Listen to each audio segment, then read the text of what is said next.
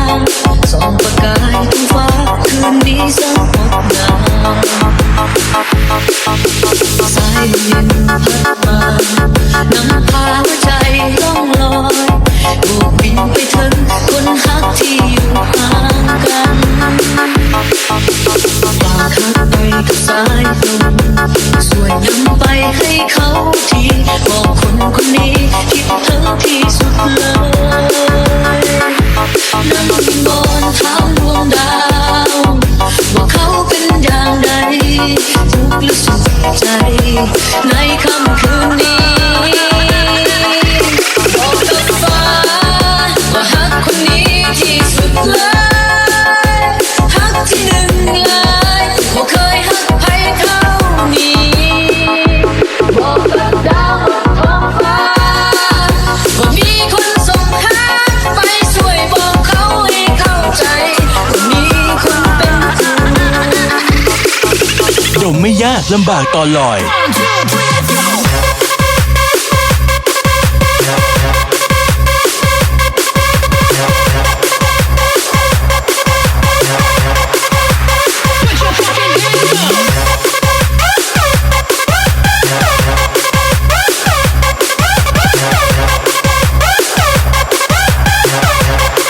จัดไปที่งานพันธมิตร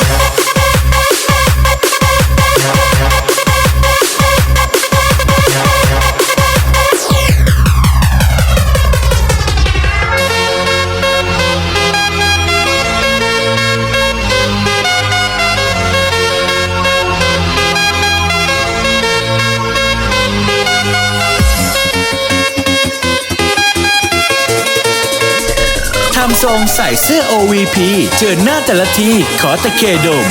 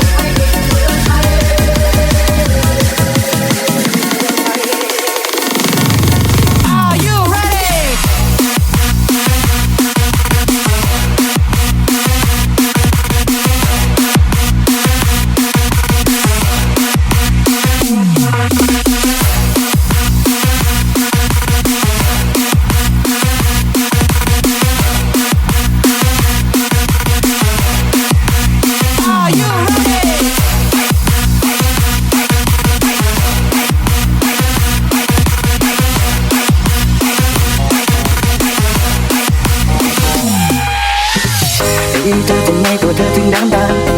ก็ไม่นานครับดังเป็นดินสอขนาด2 ดีหน้าใจก็ดูเหมือนจะไม่มี